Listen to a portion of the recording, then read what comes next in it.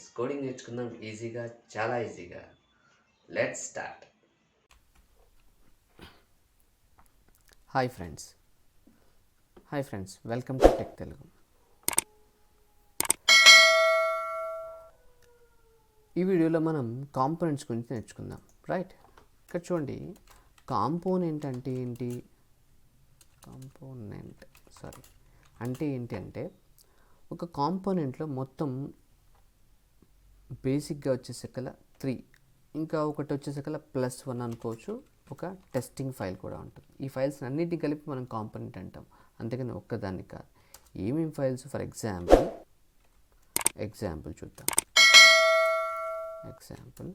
Student అనే component ఉంది. Student component అంటే మీనింగ్ ఏంటి? స్టూడెంట్ కాంపోనెంట్ అంటే స్టూడెంట్ అనే ఫోల్డర్ లోపల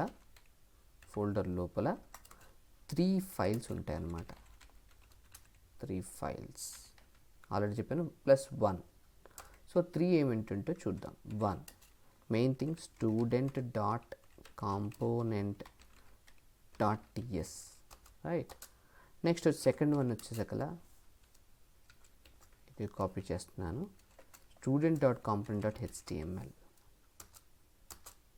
థర్డ్ వన్ వచ్చేసరికల్లా student dot component dot CSS, right? గుర్తుపెట్టుకోండి, వీటన్నిటికంటే ఇంపార్టెంట్ ఏంటంటే this is the important one. ఎందుకని ఇది ఇంపార్టెంట్ అంటే ఈ హెచ్టిఎంఎల్ కానీ సిఎస్ఎస్ కాన్ఫిగరేషన్స్ దీంట్లో ఉంటాయి, అంతేగాని దీనికి సంబంధించిన దీంట్లో ఉండాలని రూల్ లేదు. కానీ ఈ రెండింటికి సంబంధించిన మాత్రం టీఎస్ ఫైల్లో ఉంటుంది, గుర్తుపెట్టుకోండి. టీఎస్ ఫైల్లో కంపల్సరీ ఉంటుంది, గుర్తుపెట్టుకోండి. సో టీఎస్ ఫైల్ అనేది ఇంపార్టెంట్. క్లియరా? రైట్. సరే, హెచ్టిఎంఎల్ లేకుండా చేయొచ్చు, సిఎస్ఎస్ లేకుండా చేయొచ్చు, హెచ్టిఎంఎల్ లాజిక్ లేకుండా చేయొచ్చు. కానీ సో సపరేషన్ ఆఫ్ కన్సర్న్స్ అనే కాన్సెప్ట్లో, అంటే ఒక ప్రోగ్రామింగ్ రాసేటప్పుడు సపరేషన్ ఒక దగ్గరే కాకుండా single responsibility principal. For example HTML file ఉంది, అది దాంట్లో ఓన్లీ హెచ్టిఎంఎల్ కోడ్ పెడతాం. ఓన్లీ లాజిక్ ఉందనుకోండి, మనం ఈ టీఎస్ ఫైల్లో పెడతాం. సిఎస్ఎస్కి సంబంధించిన దీంట్లో పెడతాం. అన్నీ ఒక దగ్గర పెడితే ఏమవుతుంది? పెట్టచ్చు. కానీ దానివల్ల ఏమవుతుంది, రేపు ఫ్యూచర్లో అదే ప్రాజెక్ట్ని ఓపెన్ చేసినప్పుడు ఏది ఎక్కడుందో వెతకడం చాలా కష్టం అవుతుంది. సో దాని నుంచి ప్రాజెక్ట్ని ఎక్కువ రోజులు లాంగ్ యాక్టివిటీ కోసం ఉంచడం కోసమే ఇలా సపరేట్ చేయడం జరిగింది యాంగులర్ వాళ్ళు, రైట్? సో ఇప్పుడు ఒక కాంపోనెంట్ని తయారు చేద్దాం, రైట్? ఎలా తయారు చేద్దామో చూడండి. సో యాప్ అనేది, సో మీకు ఆల్రెడీ చెప్పాను అంతకుముందు కోడ్లో, మనం రాసే కోడ్ అంతా యాప్ ఫోల్డర్లోనే ఉంటుంది. సో ఇప్పుడు నేను ఒక ఫోల్డర్ని తయారు చేస్తున్నాను, దాని పేరు స్టూడెంట్. క్లియరా? సో ఇక్కడున్న ప్రకారంగా ఒక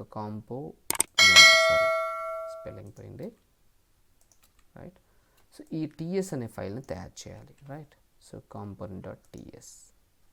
సో దీంట్లో కదా, దీని లోపల ఒక ఫైల్ తయారు చేస్తున్నాను, రైట్? ఇంకొక ఫైల్ ఉంది, అదేంటి? నోట్స్లో కాంపోనెంట్ డాట్ హెచ్టిఎంఎల్ ఫైల్, ఇదే ఫోల్డర్ లోపల పేస్ట్. నెక్స్ట్ ఇంకొక ఫైల్ ఉంది, component dot student dot component dot CSS. So దీని లోపల ఇంకొక ఫైల్ని చేస్తున్నాను. క్లియరా? ఇప్పుడు టీఎస్ ఫైల్కి వెళ్ళి నేను ఇప్పుడు చెప్పాలి నాకు ఏమేమి కావాలో. టీఎస్ ఫైల్ అంటే గుర్తుపెట్టుకునేది టైప్స్క్రిప్ట్కి సంబంధించిన క్లాస్ ఫైల్, టైప్స్క్రిప్ట్కి సంబంధించినటువంటి క్లాస్ ఫైల్ గుర్తుపెట్టుకోండి. సో దీన్ని మనం వేరే చోట వాడాలి కాబట్టి దీన్ని కంపల్సరీ ఎక్స్పోర్ట్ చేయాలి. ఎక్స్పోర్ట్ క్లాస్ ఫైల్ స్టూడెంట్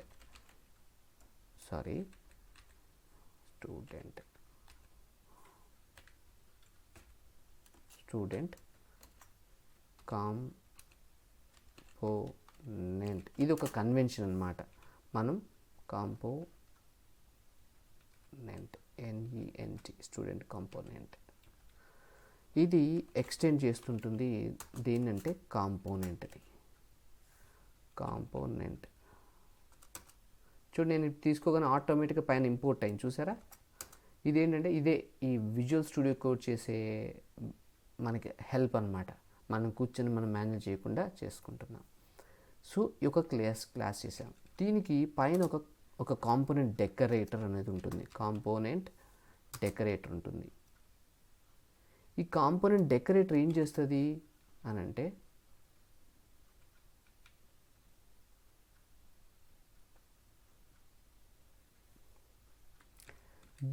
దీంట్లో ఒక మెటా డేటా ఉంటుందన్నమాట. ఇక్కడ ఎక్స్టెన్స్ అవసరం లేదు, just sorry component must have template. Okay, template ఇవ్వాలి. సో దానికి సంబంధించింది మనం ఇక్కడ రాస్తున్నాము. సో కాంపోనెంట్ అనే డెకరేటర్ ఇక్కడ పెట్టాము, రైట్. సో ఒకసారి దీన్ని చూస్తాం, right. So component and decorator ఉంటుంది. ఇక్కడ ఏముంటుంది చూడండి, ఇక్కడ ఎర్రర్ ఏమొస్తుంది, టెంప్లెట్ యూఆర్ఎల్ లేదు, ఇంకా టెంప్లెట్ యూఆర్ఎల్ మీకు ఆల్రెడీ చెప్పాను. కాంపోనెంట్ అంటే కంపల్సరీ టెంప్లెట్, దీనికి సంబంధించిన HTML ఉండాలి. సో ఈ కాంపోనెంట్ అనే డెకరేటర్ ఉంటుంది కదా, దీని లోపల ఇక్కడ ఒక కర్లీ బ్రేసెస్ లోపల ఒక JSON ఆబ్జెక్ట్ ఉంటుంది, ఆబ్జెక్ట్ ఇస్తాం అనమాట. ఇక్కడ కొన్ని ప్రాపర్టీస్ మనం ఇవ్వాలి, ప్రాపర్టీస్ వాల్యూస్ ఇవ్వాలి. దీంట్లో ఫస్ట్ది ఏంటంటే కంపల్సరీ సెలెక్టర్, రైట్. ఏంటి సెలెక్టర్ అనేది తర్వాత చూద్దాం. app-student for example parent component అనుకోండి, app-parent అనేది ఇస్తాం. సో ఎందుకు ఇస్తాం తర్వాత మాట్లాడదాం. నెక్స్ట్ లెవెల్ టెంప్లెట్ URL, టెంప్లెట్కి టెంప్లెట్ URL, మనం వాడే టెంప్లెట్ URL టెంప్లెట్ కాదు. సో ఇక్కడ స్ట్రింగ్స్ లోపల మనం ఆల్రెడీ తెలుసు ఈ కాంపోనెంట్ ఏ HTML పిలవాలి, student.component.html. సో దాన్ని మనం ఇక్కడ మెన్షన్ చేయాల్సి ఉంటుంది, student.component.html. చూసారా, నేను ఎప్పుడైతే student.component.html, రైట్, కామా. నెక్స్ట్ వచ్చేసరికి చూడండి, నేను ఇక్కడ పెట్టగానే కింద ఎర్రర్ కూడా పోయింది చూసారా, ఎందుకు HTML టెంప్లెట్ URL కావాలి. నెక్స్ట్ స్టైల్ URLs, ఇక్కడ చూడండి పైన ఏమో స్ట్రింగ్, కింద ఎరే వచ్చింది. ఎందుకని అంటే పైన స్టూడెంట్ వచ్చి కింద ఎరే ఎందుకు వచ్చిందంటే ఒకటి కంటే నేను ఎక్కువ CSS ఫైల్స్ని మనం ఇక్కడ ఇవ్వవచ్చు అనమాట. ఇక్కడ ఆల్రెడీ ఉన్నది ఏంటి, స్ట్రింగ్స్ లోపల ఇవ్వాలి. ఇది కూడా /student.component, సారీ మధ్యలో అలారం మోగుతుంది, ఓకే, component.css ఇలా వస్తుంది అనమాట. ఈ విధంగా ఒక కాంపోనెంట్ని మనం చేయవచ్చు. క్లియర్ కదా. సో మీకు మళ్ళీ ఒకసారి చెప్తున్నా, ఒకసారి చూసుకోండి నోట్స్లో.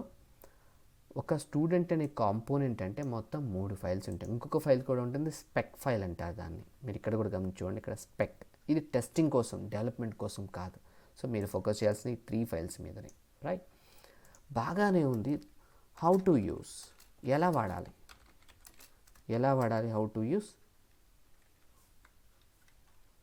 ఎలా వాడాలి ఈ కాంపోనెంట్ అంటే 2 వేస్లో వాడచ్చు. ఒకటి ఒకటి వచ్చేసరికి కదా యాజ్ సెలెక్టర్ ట్యాగ్ను వాడుకొని మనం ఎక్కడ కావాలంటే అక్కడ వాడచ్చు. రెండోది రౌటింగ్ ద్వారా కూడా మనం వాడవచ్చు. ఓకే, సెలెక్టర్ ట్యాగ్ అంటే ఏంటో చూద్దాం ఇప్పుడు మనం. ఇక్కడ మీరు గమనించినట్లయితే మనకు ఆల్రెడీ app.component.html ఉంది. ఒకసారి అవుట్పుట్ చూడండి, మీకు ఇలా వచ్చింది, రైట్. app.component.html ఎక్కడుంది, రైట్, ఇక్కడ ఉంది, రైట్, CSS, క్లియరా.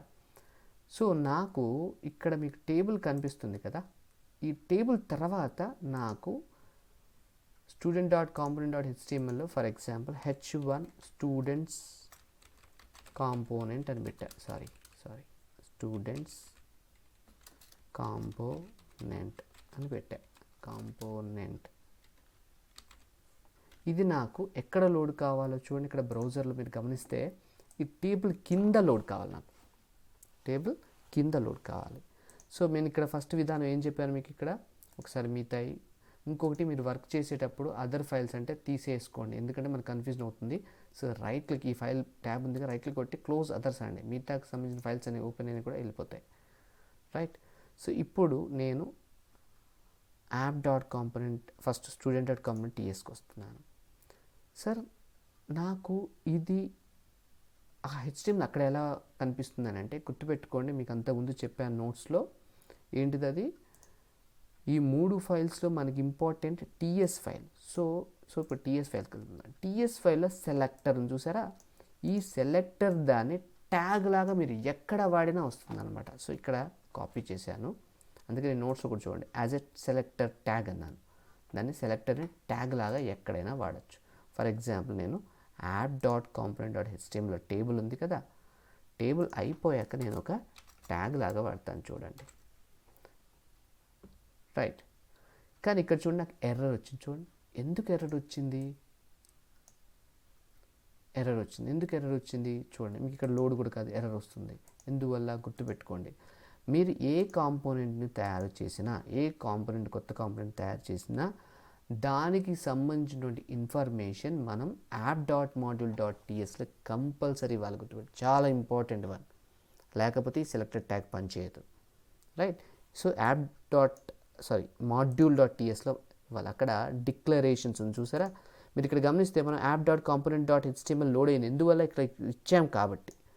సో ఇప్పుడు మనం చేసిన స్టూడెంట్ కాంపోనెంట్ కూడా మనం వర్క్ చేయాలంటే సెలెక్ట్ ట్యాగ్ మనం కంపల్సరీ ఇక్కడ డిక్లరేషన్స్లో మనం ఇవ్వాల్సిందే. స్టూడెంట్ కాంపోనెంట్ ఇక్కడ చూడండి మనం ఆటోమేటిక్ ఇక్కడ ఇంపోర్ట్ చేసుకోవడం కూడా ఇస్తుంది అనమాట, కష్టపడకుండా. దీన్ని క్లిక్ చేస్తే పైన ఇంపోర్ట్ చేసుకొని వాడుకోవాలి. యాక్చువల్గా చూడండి పైన స్టూడెంట్ కాంపోనెంట్ ఇంపోర్ట్ అని చూసారా. ఇది లేదు అనుకోండి మనకి ఎర్రర్ వస్తుంది. చూడండి తీసేస్తాను, ఎర్రర్ వస్తుంది చూసారా. క్లియరా? సో కంపల్సరీ అయితే పైన పెట్టబాకండి, పైన తీసేసి ఎప్పుడైనా కొంచెం ఈ కింద లైన్ ఇక్కడ పెట్టుకోండి, ఎందుకంటే పైన బై డిఫాల్ట్గా వచ్చేది, మనం వాటిని డిస్టర్బ్ చేయకూడదు. ఓకేనా? ఇప్పుడు చూడండి మనం బ్రౌజర్లో చూద్దాం, వచ్చిన స్టూడెంట్ కాంపోనెంట్ అర్థమైందా? అంటే ఒక సెలెక్టర్ని ట్యాగ్ను వాడుకొని మనం ఒక కాంపోనెంట్ని వేరే కాంపోనెంట్లో మనం లోడ్ చేయవచ్చు. రైట్. సరే ఎన్నిసార్లు ఇలా నీ ఇష్టం, ఎన్నిసార్లు కావాలంటే అన్నిసార్లు వాడుకోవచ్చు, ఎన్నిసార్లు మీ ఇష్టం. చూడండి ఎన్నిసార్లు లోడ్ అవుతుందో చూడండి, మీకు అర్థమవుతుంది. సేవ్ చేస్తాం. మీకు ఈ వీడియో కనుక నచ్చినట్లయితే సబ్స్క్రైబ్ చేసుకోండి, లైక్ చేయండి, మరి మీ ఫ్రెండ్స్కి షేర్ చేయండి please. It will helpful for us also, right? Thanks for seeing this video. Signing off, Tech Telugu.